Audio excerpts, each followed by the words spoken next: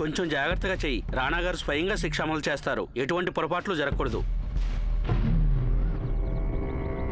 తీసుకురా.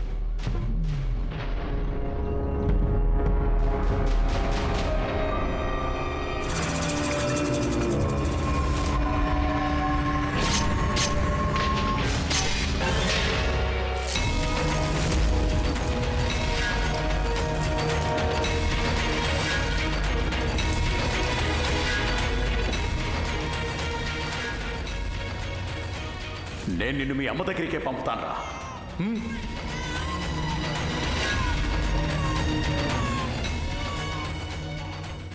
ఎవరు నువ్వు? నా బిడ్డ నాకు తిరిగిచ్చాయి. నువ్వు నీ పిల్లాన్ని చంపాలనుకున్నావు కదా, ఇక మీ బాబు చనిపోయాడనే అనుకో. నువ్వు ఆ రోజే వాణ్ణి చంపేసి ఉండాల్సింది.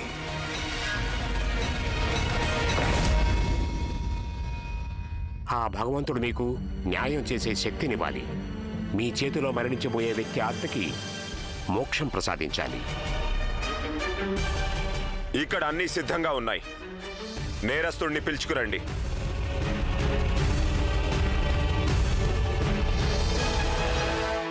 పాపో పాపకర్మాః పాపాత్మా పాపసంభవ పాహి మాం పుండరీకాక్షం సర్వ పాప నివారణో హరి. జీవితం అనేది ఓ చక్రం లాంటిది, సదా తిరుగుతూనే ఉంటుంది. ఏ విధంగానైతే మనిషి పాత వస్త్రాలను త్యజించి కొత్త వస్త్రాల్ని ధరిస్తాడో, అదే విధంగా ఆత్మ కూడా పాత శరీరాన్ని త్యజించి నూతన శరీరాన్ని ధరిస్తుంది.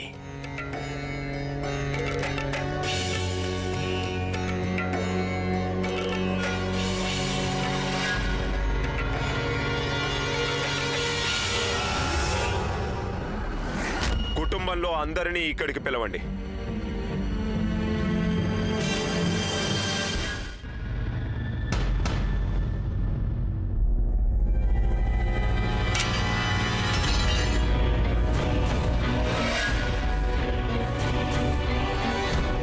మీరిద్దరూ సర్దార్ని చూసుకోండి, నేను వెళ్ళి చూసొస్తాను.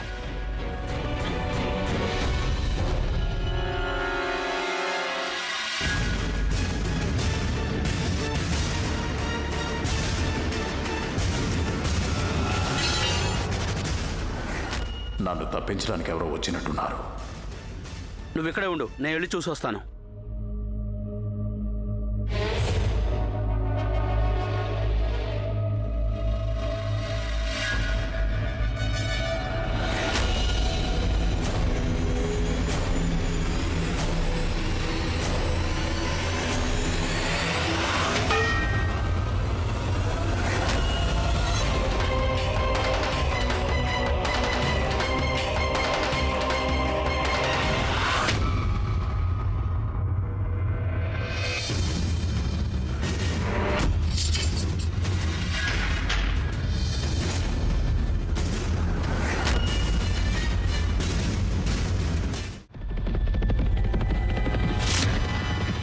చివరిసారిగా చెప్తారో ఆగిపో, లేదంటే తుపాకీ పేలుస్తాం.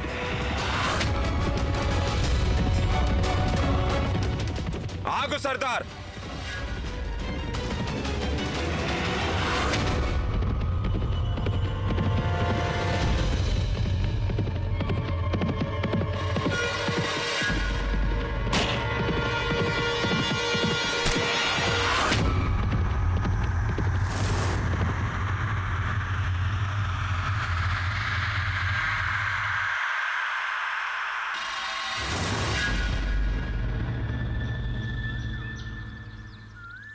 తుపాకీ గుళ్ళ నుంచి తప్పించుకోవచ్చు, కానీ న్యాయదేవత నుంచి తప్పించుకోలేవు.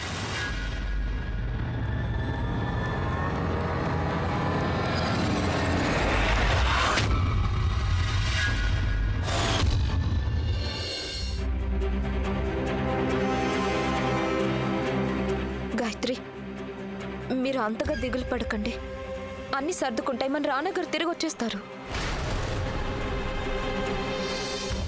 లేదు స్వర్ణ, రాణా గారు చేయకూడని పని ఒకవేళ చేశారంటే అప్పుడు అనర్థం జరిగిపోతుంది. ఏమంటున్నారు? మీకు అర్థం కాదు రాకుమారి. రాణి గాయత్రి కంగారు పడుతున్నారు.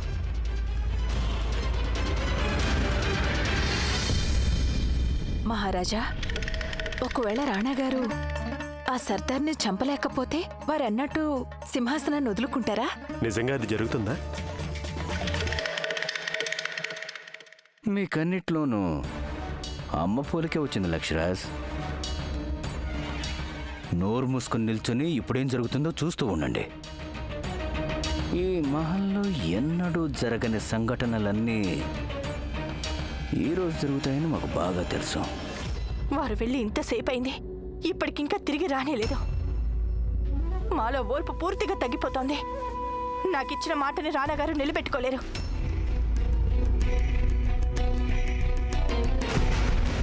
ఇక్కడి రాజు వారి వాగ్దానం అన్ని అబద్ధాలే.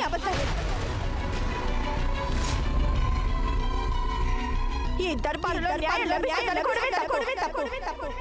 ఇంతకన్నా మా ప్రాణం తీసుకోవడమేనయ్యో.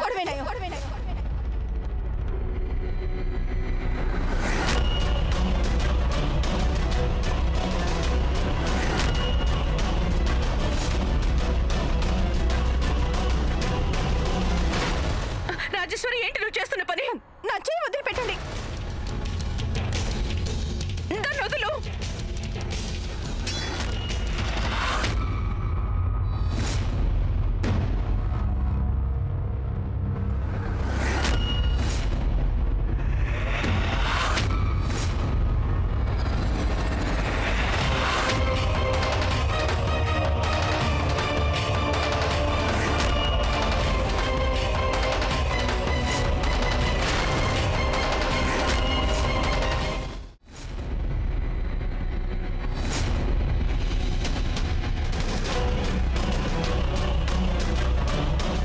రాణాగారు, మీరిచ్చిన మాట నిలుపుకున్నారా?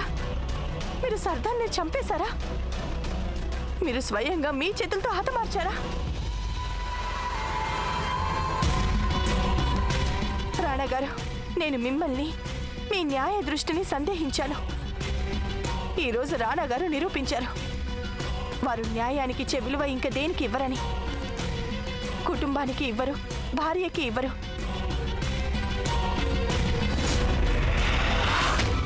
సేవక, సర్దార్ మొహం మీద బట్టను తొలగించండి. నా పట్ల అపరాధం చేసినవాడు చనిపోయాక ఎలా ఉన్నాడో చూడాలనుంది.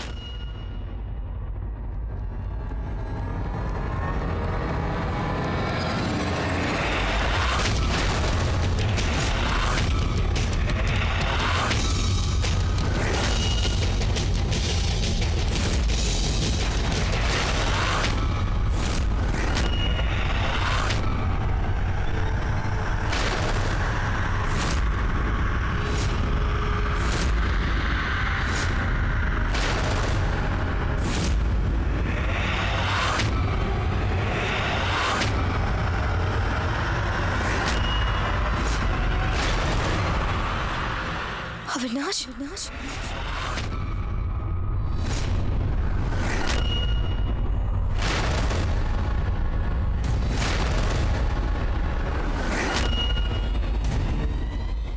అన్నయ్య,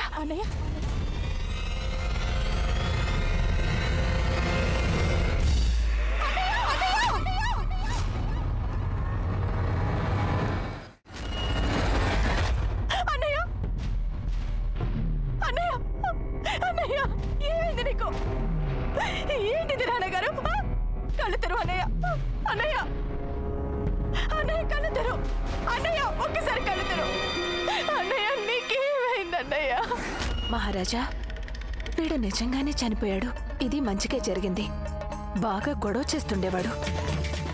మీరు మీ రాణి గారిని నమ్మి తీరాలి రాణాగారు. వారు చేసింది తప్పు కాదు. లేదు రాజమాత, గాయత్రి రాజద్రోహానికి కారణం ఏమైనా సరే అంత మాత్రాన అవినాష్ మరణించాడన్న నిజం ఎన్నటికీ మారిపోదు కదా.